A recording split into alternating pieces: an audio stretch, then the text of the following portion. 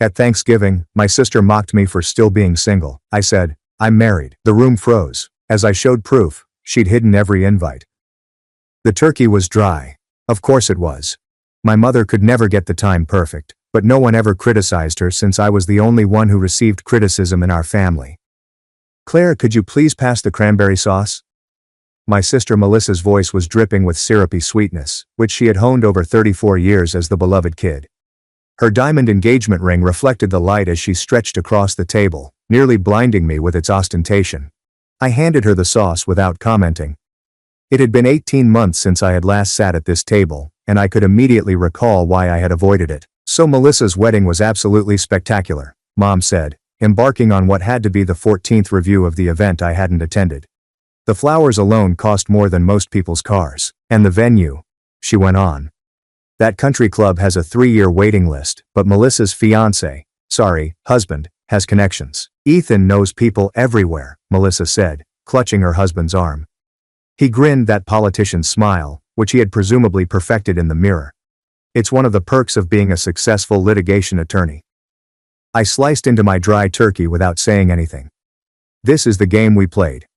They talked at me, not to me, and I was supposed to sit there and take it all in like an emotional punching bag wrapped in Christmas sweaters. My dad cleared his throat. Claire, the ceremony was amazing. You truly missed something special. I'm sure it was lovely, I said, my tone calm. Lovely. My mother's fork clattered on her plate. It was the wedding of the century. Everyone who mattered in this town was present, including the Carters, Whitmans, and Mayor Collins. Melissa smiled wider. We had 320 guests. The response rate was fantastic. Almost everyone we invited arrived. I drank a drink of wine while waiting. A trap was being laid. I could feel it. After 28 years of being disappointed, I recognized the pattern. Speaking of weddings, Melissa remarked, her tone turning to the condescending tone she saved for me. When are you going to settle down, Claire? You aren't growing any younger, you know. There it was. Mom interrupted before I could answer. She's been dating him for 4 years now. What is his name again? James? John? Daniel, I said gently. Right. Daniel. What is he doing again? Something about computers? He's a software engineer at Microsoft. Melissa laughed, making a tinkling sound like broken glass. Oh, that's correct. The IT man. Does he even have a suit? Ethan laughed politely at his wife's joke. My father stared at his plate with deep focus, as he often did when the discourse went harsh. He never took part in the attacks, yet he never stopped them either. In some ways, his quiet hurt more than their words. When is the big day anyway? Melissa continued, encouraged by her audience. Is he dragging his feet? Men can tell when a woman is desperate, you know. It turns them off. I cautiously placed down my fork. My heart pounded, but my hands remained firm. This was it. The moment I had been dreading and expecting for 8 months. Actually, I had my wedding already, I informed him. The total quiet that fell over the table allowed me to hear the grandfather clock ticking in the corridor. 4 faces looked at me with varied degrees of shock. Melissa's mouth had literally dropped open. You what? Mom finally succeeded. I was married 8 months ago, June 14th to be precise. That's impossible, Melissa said. You didn't. We would have. You got invitations, I said calmly, reaching up my wine glass. All of you did. My father discovered his voice. Claire, we never got an invitation. We would have come if we had received them. I took out my phone, sliding my fingers across the screen with practiced accuracy. Let me show you something. I'd had these screenshots for months, waiting for this precise time. The first one displayed the certified postal tracking information, 5 items, 5 addresses, and all signed for on April 24th. Do you see this? I turned the phone to my father. This is a signature confirmation. Someone at this address signed all 5 invites. I focused closely on the signature line. The scroll was obviously Melissa's. My sister's face lost its color. That could be anything, Mom said quickly, but her voice faltered. I swiped to the next screenshot. This is an email confirmation from the stationery company. Custom invitations were bought in February and delivered in April. And here, another swipe, is my credit card statement, which shows I paid for Priority Mail Express with signature confirmation to guarantee they came soon. Melissa, my father said quietly, but there was hardness beneath. Did you sign for the letter intended to your mother and me? I do not recall. Maybe I... Melissa's demeanor was breaking like old paint. Let me refresh your memory. I was amazed at how calm I sounded, given how fast my heart was beating. April 24th was a Tuesday. You stopped by early to drop off Mom's birthday present before departing for the conference in Denver. You offered to get the mail while you were here. How can you remember that? Ethan demanded, his legal instincts taking over to protect his wife. Because I contacted Mom that afternoon to check she got the invitation. She stated that no mail had arrived other than some catalogs. That seemed weird to me, given that the tracking showed delivery at 10:42 a.m. When I studied the signature later, I recognized Melissa's handwriting right away. Melissa's face has changed from white to crimson. You had me investigated. I phoned the post office, hardly the FBI. I took another drink of wine, thankful that years of drama lessons in high school had taught me how to project confidence that I didn't really have. But you still haven't responded to Dad's query. Have you signed for our mail? This is ridiculous, Melissa said, standing quickly. I don't have to sit here and be accused. Sit down. My dad's voice cracked like a whip. I had never heard him use that tone before. Melissa sat. He looked at me, his expression confused and even wounded. Why aren't you telling us? Even if we had missed the invites, you may have phoned. This was the question I had been preparing for. I had practiced it in therapy for weeks before agreeing to attend the dinner. I did call, I said, my voice calm. Several times. The first time was May 4th, following 4 weeks of radio quiet. Mom, you said you were busy preparing Melissa's engagement party and would call me back. You did not. Mom opened her lips to complain, but I persisted. I phoned again on May 11th, got voicemail, and left a message that I was frightened since the wedding was just 6 weeks away, and I hadn't heard back from anybody. Nobody phoned back. I opened up my call log. I'd been backing up my phone records for months, just for this time. On May 18th, I phoned Dad's mobile and got voicemail. On May 20th, I texted the family group chat, which I now realize I am no longer a part of. I contacted the house line 3 times on May 25th. On May 29th, we issued an email to everyone. We never got an email, she asserted, because Melissa has access to the family email account and she deleted it. I stared at my sister, who had become extremely motionless, exactly as she had erased the one I sent in April, shortly after mailing the invites. You can't prove that, Melissa muttered. I retrieved the email account activity log.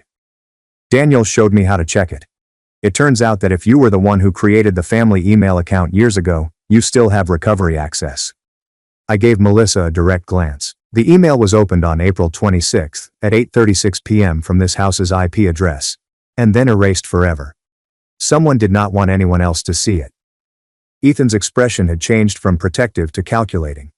As a lawyer, he knew exactly what the evidence indicated. Claire, Mom murmured, for the first time in years, her voice unsure. Why didn't you drive over here? If you truly wanted us to attend your wedding, you could have. Mom, I live in Seattle. It's a 4-hour drive each ways. I drove that route 15 times in the 2 years leading up to my move. How many times did any of you come to me? 0. The number hovered in the air between us. You came for Christmas, Dad answered hesitantly. I drove here for Christmas, Thanksgiving, Easter, Mom and Melissa's birthdays, and your birthday. I attended Melissa's engagement party, bridal shower, and bachelorette weekend. I changed my work schedule, spent hundreds of dollars on petrol, and slept on that terrible couch bed in the guest room that smelled like mothballs. My voice stayed calm, but I could feel years of stored hurt forming into words. And you know what? Nobody has ever asked me about my life. No one said, "Hey Claire, how's your work going?" Or, "Are you pleased in Seattle?" It was always about Melissa. That's not fair, Melissa remarked, but her tone lacked conviction. Isn't it? When is my birthday, Melissa? She blinked. What? It's my birthday. Which day is it? Silence. It's October 12th, I announced. I turned 34 this year. Nobody called, nobody texted. I didn't even receive a Facebook message. We've all been so busy, Mom explained. I phoned you for your birthday, Mom. As I do every year. I sent you costly flowers from your favorite downtown store. I remembered. Why couldn't anyone remember me? My dad's shoulders sagged. For the first time, he appeared older. The wedding was beautiful, I said, my voice softening. The rage was drained away, leaving a void in its wake. Daniel and I married at a small church by the seaside. Only us, his parents, his sister, his brother, and perhaps 16 of our closest friends. There are a total of 24 persons. Small, private, and lovely. His mother helped me get into my outfit. When it became evident that my father would not be present, his father led me down the aisle. We exchanged vows that we had written ourselves, and then we had supper at this incredible seafood restaurant overlooking the lake. I picked up a snapshot on my phone of Daniel and me laughing, my veil flying in the coastal air. I appeared cheerful. I'm actually delighted. We honeymooned in Hawaii for 3 weeks, Maui, it was amazing. I scrolled through photographs of sunsets, beaches, the two of us swimming, hiking, and simply living in a place where no one compared me to anybody else. The best 3 weeks of my life, actually. The wedding and honeymoon. Mom reached for the phone, but I grabbed it back. I'm not done. Claire, please. I need to say something. I've needed to say this for years. I glanced at each one in turn. When Melissa got engaged, Mom immediately began preparing. Remember, you called suppliers the same night. You created a Pinterest board. You poured yourself into making her day great. Do you know how that felt? Watching you be so concerned about her happiness while treating mine as an afterthought. We love you both equally, Mom insisted. But the words seemed empty. Do you? Because from where I sit, it's always the Melissa show. Melissa, the cheerleader. Melissa is the homecoming queen. Melissa is the sorority president. Melissa who graduated summa cum laude. Melissa married a wealthy lawyer. Meanwhile, I am simply Claire. Claire has a normal work and a regular existence in Seattle, where no one ever visits. You never seem to want the same things Melissa wanted, Dad replied gently. So that makes me less deserving of your attention and love. I shake my head. I earned a master's degree in environmental science. I work with a charity that is making an impact in water conservation policies. I bought my own condo with no support from anyone. I've constructed a life I'm proud of, yet you've never asked me about it. Do you know what I do all day? More silence. I analyze water usage patterns and develop sustainability models for municipalities, I told you. It isn't glamorous. It will not make me affluent. Last year, however, 40 cities approved laws that I helped to investigate. Millions of people now have improved access to clean water because to the work I did. I am proud of that. I'm proud of the life I've built. We're proud of you too, Mom murmured, but she couldn't meet my gaze. Are you? So why did Melissa throw away my wedding invitations? All eyes were on my sister. She had been silent for long minutes, her face changing hues of crimson and white. Now she appeared to be cornered. I didn't. She began, then stopped. All right. I took them. But you do not comprehend. Then explain it to me. It was meant to be about my wedding. The words sprang out of her like a champagne cork. For once I was supposed to be the center of attention without you trying to steal my thunder. I truly laughed. I couldn't help it. Steal your thunder? Melissa. I have been invisible for years. How could I possibly? You always do it. You appear humble and modest, but then you do these tricks to make others feel sorry for you. Oh, poor Claire. No one notices her. It is manipulation. I sent invites to my wedding. What is the nature of the manipulation? The timing.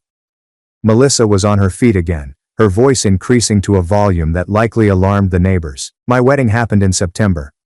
You have scheduled yours for June. You were attempting to outshine me by getting married first.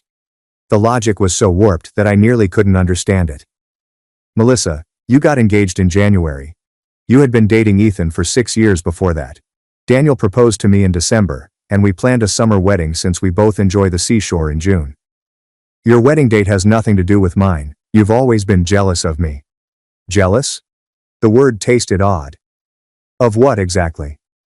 Of everything I have, the perfect husband, the big house, the respect in this community. I don't want any of that, I said, and I realized I meant it. I do not want a large house in this town. I don't want to be on any charity boards or join a country club. I just wanted my family at my wedding. I wanted you to see me happy. Well, you should have tried harder to make sure we got the invitations, replied my mother. And I could see her taking sides in real time. This was it. The moment when they banded together around Melissa, rewrote history to make me the villain, and carried on as if this discussion had never occurred. I have watched this movie previously. I knew how it ended. But this time, I was given the option of staying for the credits or leaving. You're right, I responded, rising up and grabbing my purse. I should have tried harder. I should have walked up at your door and made you acknowledge me. But you know what? I am tired of trying. I'm weary of being the person that always reaches out, makes an effort, and then gets slammed down for it. Claire, sit down, Dad instructed. We're not done here. We actually are. I came here tonight because a part of me still hoped that you would notice that you missed my wedding. That you'd be disappointed you weren't there. However, you are not unhappy about missing it. You're unhappy because I'm calling Melissa out for tossing away the invites. She's your sister, Mom said.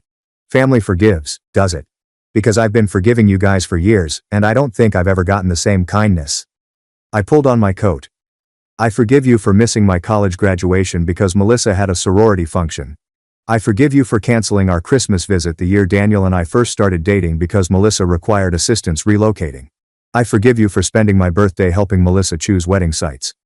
I have done nothing but forgive. Where are you going? Dad inquired. Return to Seattle. Back to my marriage, my house, and my life, which I established without any of you. You're being dramatic, Melissa remarked, her voice shaking slightly. No, I'm done. There is a difference. I started towards the door but then hesitated. For what it is worth, I truly wanted you there, all of you. Daniel's mother continued asking why my family hadn't arrived, and I kept making excuses since I couldn't confess that my own sister had ruined me. His family felt so awful that they attempted to involve me more, which just made it clear that mine didn't care enough to go. Dad responded. We didn't know. And I saw a crack in his voice. You could have known. You had my phone number, email, and address. If you had wanted to be a part of my life, you could have been. Melissa did not truly prevent it. She basically gave you license to continue doing what you were doing, treating me as if I didn't matter. I opened the door. Cold November air swept in, bearing the aroma of withering leaves and the impending winter. Claire, wait, my father said, one hand out. Please, let's talk about this. We have been discussing. Or rather, I've been talking while you've been making excuses. I stepped onto the porch. Do you know what the saddest thing is? Daniel asked if I wanted to invite you to Thanksgiving at his parents' house. His family wished to meet mine. I said no, because I knew you'd all be here to celebrate Melissa. I came regardless because I felt like I owed you one more opportunity. I was wrong. You can't just walk away from your family, Mom remarked through the doorway. Watch me. I got halfway to my car when Melissa's voice stopped me.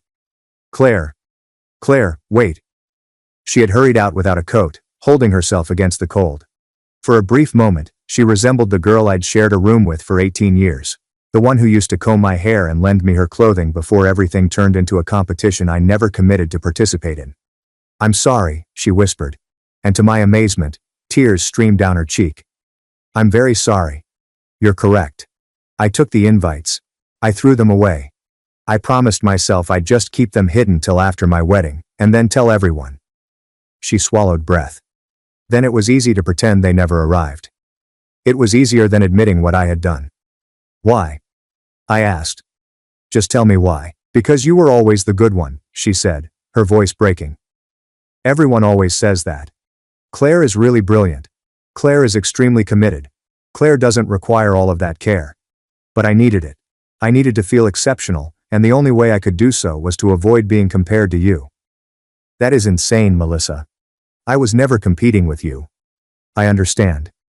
That's what made things worse. You didn't even try.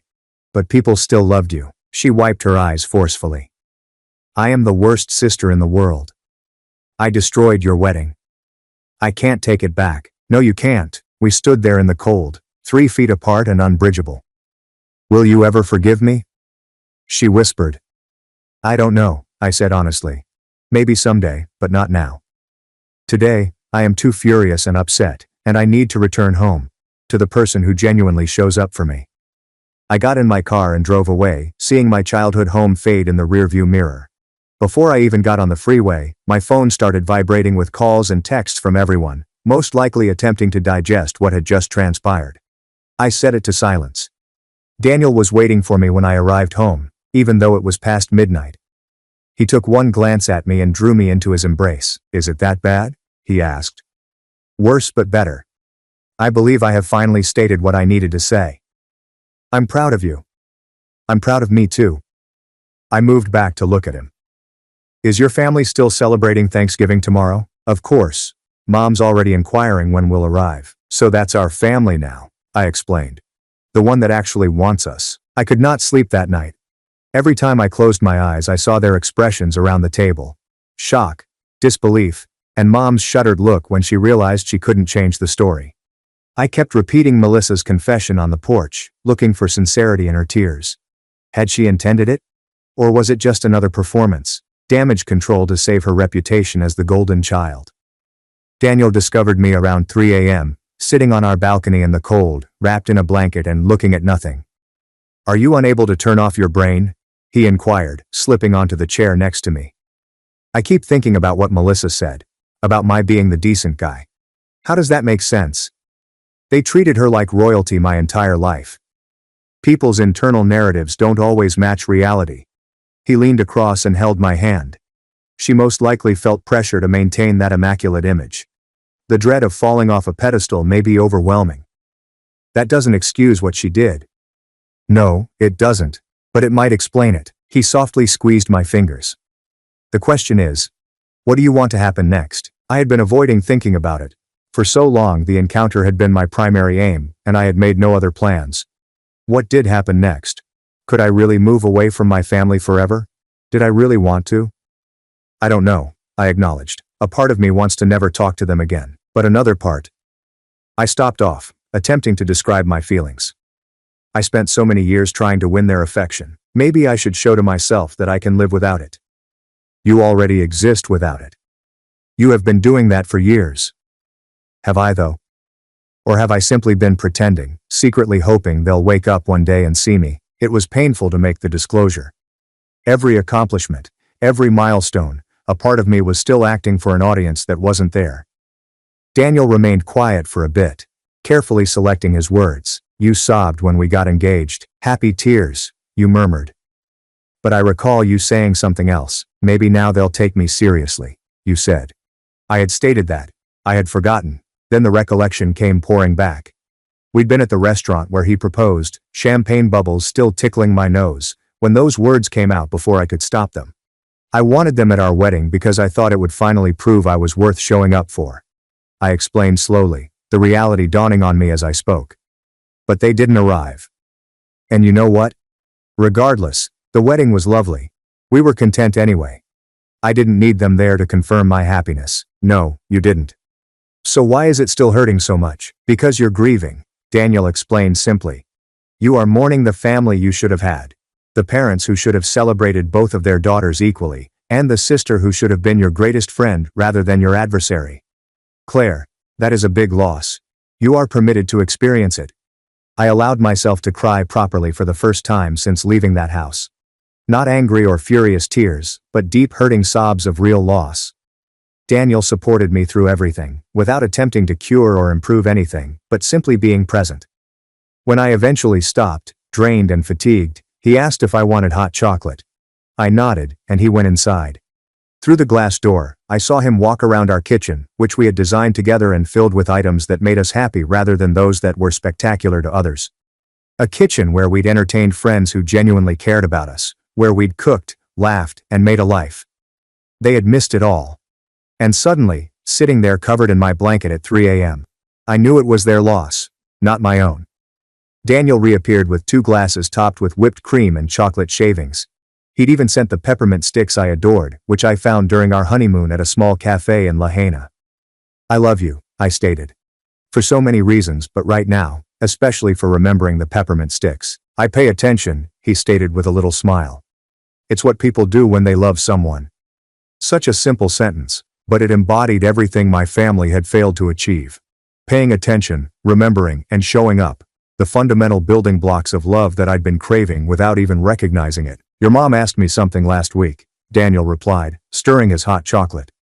She inquired whether your family had ever met me before the wedding. When I told her no, she looked very heartbroken. She said every parent would be anxious to meet the one who makes their child light up as you do when we talk about our life together. My throat clenched. She said what? Yes, she did. She then explained that their loss was her gain since she now has you as a daughter. She meant it too. My mother does not say anything she does not intend. I know. I observed it about Helen within an hour of meeting her. She was warm yet honest, caring yet direct. Everything my own mother was not. They want to do a second reception for us, Daniel explained. Nothing major, just family and a few close friends. An opportunity to rejoice with those who genuinely care. My parents want to host it, perhaps in the spring, when the weather is nicer. What are your thoughts? The concept should have seemed off somehow, like a consolation reward. But it did not. It seemed like a gift. I think that sounds perfect, I commented. Can we do it at that lakeside venue? The one with large windows. Already checked. They have availability in May. Of course he had. That is what partners do. They foresaw needs, made arrangements, and turned up. Every single time. We waited on the balcony till dawn began coloring the sky pink and gold. Something fundamental changed inside of me during those silent hours. The rage and hurt persisted, but it no longer seemed like they were engulfing me from the inside out. They became into something I carried rather than something that carried me. Daniel's Thanksgiving was everything that my family's celebration had not been. Yes, it was loud, but it was filled with laughing, rather than anxiety. His sister Olivia met me with a crushing embrace and an urgent need to view more wedding images. His brother Ryan attempted to teach me the family card game, which apparently everyone learns at the age of 6. Helen was concerned about whether I was eating enough, and Daniel's father, Robert, insisted on learning everything about my work. He was truly engaged in water conservation policies in a way that my own parents had never been.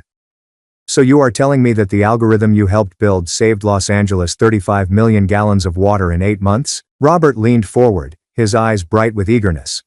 That is extraordinary. How did you deal with seasonal change in usage patterns?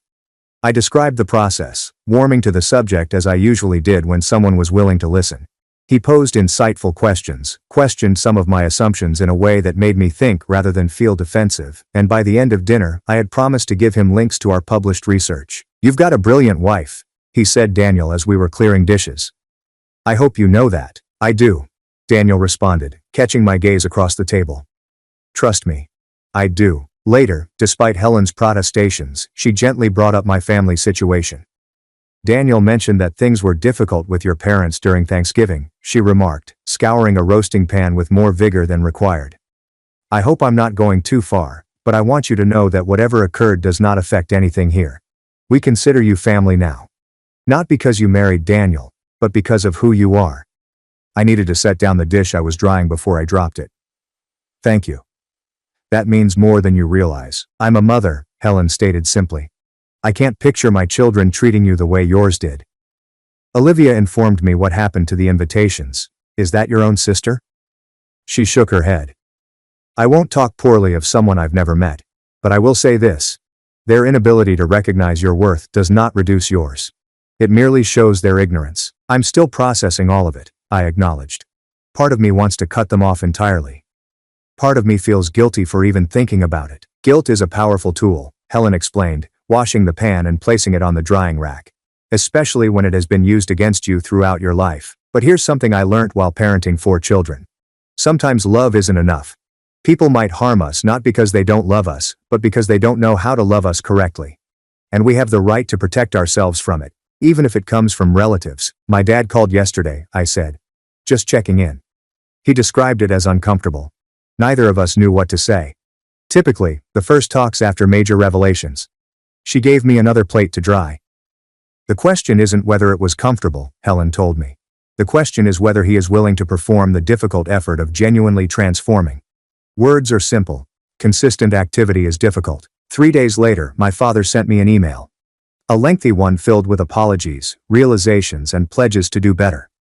He asked if we could actually discuss about starting fresh. I said, maybe eventually, but I needed time. He replied he understood. Melissa sent a Facebook message. I did not read it. I switched off alerts for the family group chat I had been re-added to, most likely at Dad's suggestion. Ethan issued a LinkedIn request, which I denied. Mom did not contact me at all. It hurt less than I thought. My mother's quiet became an explanation in and of itself. Days stretched into weeks, and while my father's weekly calls continued, brief and circumspect but present, Mom was glaringly absent. I saw Mom in that house, reorganizing the same closets she'd been organizing my whole life, holding her book club, attending her charity luncheons, and living in a world where painful realities could be ignored by sheer force of habit. Work became my shelter throughout those weeks. I immersed myself into a new project investigating drought patterns in the Southwest, thankful for challenges with clear data sets and simple answers. My coworker Lauren noted the increasing intensity.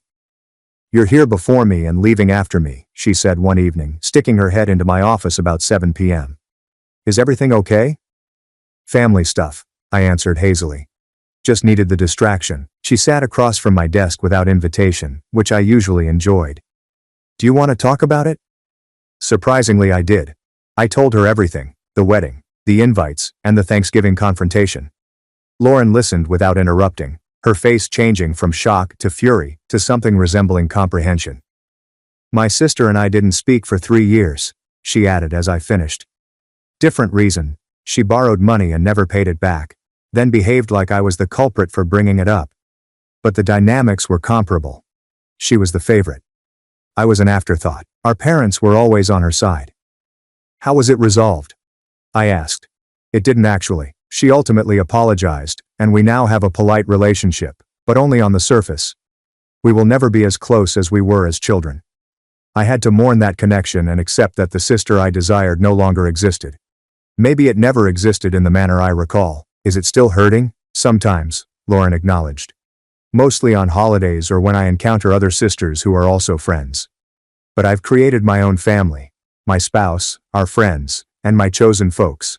They show up for me in ways that my blood kin never have." She arose and stretched. "Give yourself time to think out what you want things to look like in the future. And don't allow anyone shame you into forgiving before you're ready." Her sentiments matched Helen's, reflecting common knowledge from women who had learned to set boundaries the hard way. I was curious how many individuals bore these scars, smiling during family events while slowly bleeding from invisible incisions. That weekend, Daniel and I had a dinner party. Nothing fancy, just 6 friends, decent wine, and the beef bourguignon dish I had been honing for months. Our buddy Sophie brought her new girlfriend, and our neighbor Ben arrived with handmade bread that outperformed my grocery store buns. We ate, joked, and played charades until midnight, and no one asked me about my pregnancy or why I hadn't been home in a while. "This is nice," I remarked to Daniel as we cleaned up afterward, both pleasantly tipsy and exhausted. "This feels like family." "It's family," he said, filling the dishwasher with somewhat less accuracy than normal. "We get to select this. Blood does not have the monopoly on love." I considered this while I scrubbed the wine glasses by hand, seeing soap bubbles catch the light. My parents had always regarded family as an obligation, something to be done regardless of the underlying problems. But what if family was more about connection? What about showing up, paying attention, and creating room for each other's joy? Melissa sent me an email on Tuesday morning, not through Facebook this time, but to my work address, indicating that she had looked up where I worked and obtained my contact information. The subject line was, simply, "Please read this." I gazed at it for 30 minutes before opening it. "Claire, I understand you probably do not want to hear from me. I wouldn't want to hear from myself either. But my therapist insists that I make restitution as part of my healing process. And, while I realize this is ultimately for me, I hope it also helps you. I've been reflecting a lot on why I did what I did. The simple explanation is envy, but it's more nuanced than that. Growing up, I always felt the need to be flawless. Mom and Dad never stated it openly, but I internalized the message that my value was dependent on my accomplishments, good grades, lovely outfits, the appropriate guy, and the perfect wedding. It was all part of the scorecard I was striving to complete to prove I earned their affection. You didn't appear to require that confirmation in the same way. You simply existed firmly in your own place. You didn't care if you weren't the prom queen or if your major didn't wow their peers. And it somehow made you scary to me. Because if you could be adored without acting, what did that say about all of my performances? When your invitation arrived, I experienced a moment of terror. Your wedding was going to be the first, and it was going to be modest, private, and genuine. Something mine wasn't. Mine was a large production for 280 individuals, the most of whom I hardly knew. I'd spent a year preparing it with Mom, and somewhere along the road, it shifted from being about Ethan and me to demonstrating something to people whose opinions should not have mattered. I told myself that if I simply delayed everyone finding out about your wedding until after mine, I'd be able to retain the illusion of going first, being first, and winning a competition that only existed in my mind. and then I promised myself I'd come clean. But the more I waited, the tougher it became, until it was simpler to simply pretend it never occurred. I understand that this doesn't solve anything. I realize I deprived you of having your family present on one of the most significant days of your life. I know I harmed you in a way that may be unforgivable. And I know I wounded Mom and Dad by having them miss it and then leading them to believe they didn't receive the invites. I'm now in therapy twice a week, trying to figure out why I so strongly require external affirmation. Why do I perceive everything as a competition? Why can't I be pleased for others without making it about myself? It's difficult labor. I am not liking it.